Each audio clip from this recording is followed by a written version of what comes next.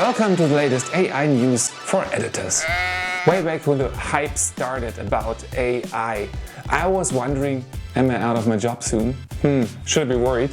And a good approach to that answer is hidden at the end of the video, and I will show you more about it. But now let's go straight to the latest news and tools. Content creation gets more and more important, and here are some easy ways to do it. Don't we know it? We're trying to make a movie and all that we got, tons and tons of pictures. Or maybe just a handful. Leiapix is a little gem that's breathing life into your stills. I really use it all the time. From this to this. Here we are, Leiapix. I googled Leiapix, there's the address, and we are on the landing page. We can already see what's going on, what kind of magic is going to happen. Oh, even into this zombie. Look, there's life in it, in those old bones. And that's basically it. It's very simple. Just throw your picture in here and it's uploading quickly and it is done. I normally use the horizontal movement and I make the length a little bit longer so it's slower and more cinematic in my opinion. And the best thing is it's absolutely free, unless you want to keep the original resolution, which I don't think is so very important, especially if you use this software in conjunction with, for example, Topaz to upscale the product afterwards. You want to make a really nice AI movie. Maybe the client even asked for it. It's very, very popular right now. What do? You're going into tons of tutorials to learn about Stable Diffusion. And then you stumble about Parsec, which is a sequencer for prompts. But then you have to find the right model. Maybe a LoRa. What is a LoRa? Of course you need a refining model. And then don't check the wrong boxes, because then you're gonna get things, but not what you wanted. It's a lot of work to get into the kind of stuff. But people know that, so they give you UIs you can work with right away with proper results. One of those is Kyber. And another one I stumbled upon is decoherence. But wait, let's start from the beginning. To understand what we can expect from an AI, we have to understand how an AI thinks. How does it work? In image generation, it all starts with a checkpoint. A checkpoint is a pre-trained starting point, a model. The AI has been fed pictures, it has learned what to look for. Consequently, there's not one AI doing everything, not yet anyway, but a multitude of starting points of models. It all depends what you're going for. Here's one prompt, and these are 3 different models, producing different results. And just to answer the question, LoRa is a refining model. You don't have to use a refining model, you could just use the base model as it is. So the bottom line is, just go and look for a platform that suits your style. Decoherence has a timeline which is very comfortable to work with. You can do similar stuff with storyboards in Kyber, and I haven't looked at Plasmapunk yet. If you find what you see here interesting, please like and subscribe. That would really be appreciated. These sheep need you. Thank you so much. I'm not real. I'm an AI narrator. And I am proud of it. Every now and then we need a narrator, and that's where text-to-speech comes in. It's really so astonishing what text-to-speech can do nowadays already. My favorite platform for that is Murf.ai. Here you can choose from a variety of speakers and all kinds of languages. Some are better, some are not so good, and you have a lot of options to tweak your voice. You can choose the tone, conversational, promo, calm, etc. You can change the pitch or the speed. You can add a pause, and you can choose the length of the pause as well as a pronunciation. If you don't like it, you can change it. A lot of them sound amazingly well, and you can change the voices all to your heart's content. What I found especially surprising is that when I did something in German and I had English expressions in it, then the speaker would actually pick up on it and make it sound English. Not all of them, so it's not perfect yet. But there's so much you can do here and so much you can tweak here. It's really, really useful. The voice changer is interesting too. You can upload something you have already and change it, or you can just add a document and then Murf.ai will read it for you. And just like most of these tools, it's got a monthly pay plan.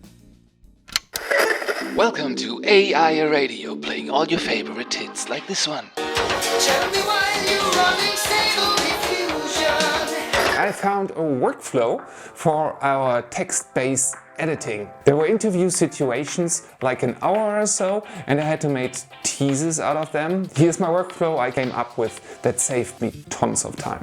You can do that with a standard version of Premiere, but it works even better if you use the beta version because you can use real text-based editing there. First of all, you let Premiere transcribe your text. Then export everything in a text file, and then you just copy and paste it into ChatGPT. ChatGPT 3.5 is still for free and is actually more than capable of handling the job. In fact, it's faster than ChatGPT 4. Then you tell ChatGPT to give you the key points together with 2 or 3 quotes, and then you have a pretty good idea of what's happening. Now you can go back to Premiere, look for the quotes, and paste everything together. That would be great if we could do that with ChatGPT just inside Premiere, and at some point that will be possible. Right now we still have to do it that way. But it worked really great, so I didn't have to work into the night. It's always appreciated. And here it is, the question of all questions. Is AI going to substitute us? Is it going to do our job? Video.io promises to produce a full little movie just with a little prompt. And I took it upon myself to make some video of my own, and here's what it came up with. This is a prompt, and this is what it did from it. Imagine a world where the air is thinner, the views are breathtaking, and the journey is as rewarding as the destination. Welcome to Mount Kinabalu in Borneo. This majestic mountain is the highest in Southeast Asia, peaking at an impressive 13,435 feet. Each year, thousands of adventurers, just like you, are drawn to its natural beauty and the challenge of reaching the summit. The climb itself is a 2-day trek, with the opportunity of witnessing a sunrise that will etch itself into your memory.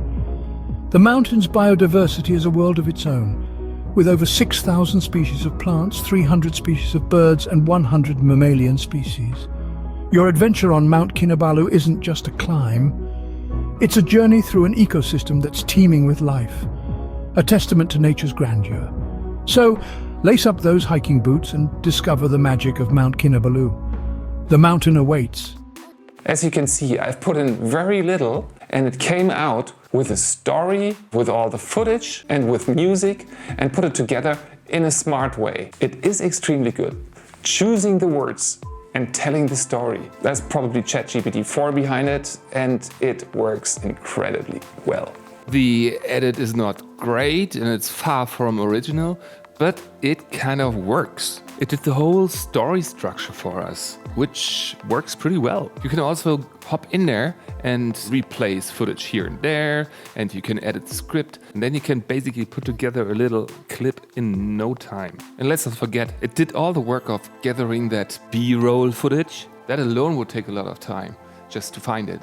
But it doesn't change the fact that it's basically recycling what's already been out there in the world. And AI doesn't have a bad day. It's not cold, it's not happy. It's a little bit like a psychopath, really.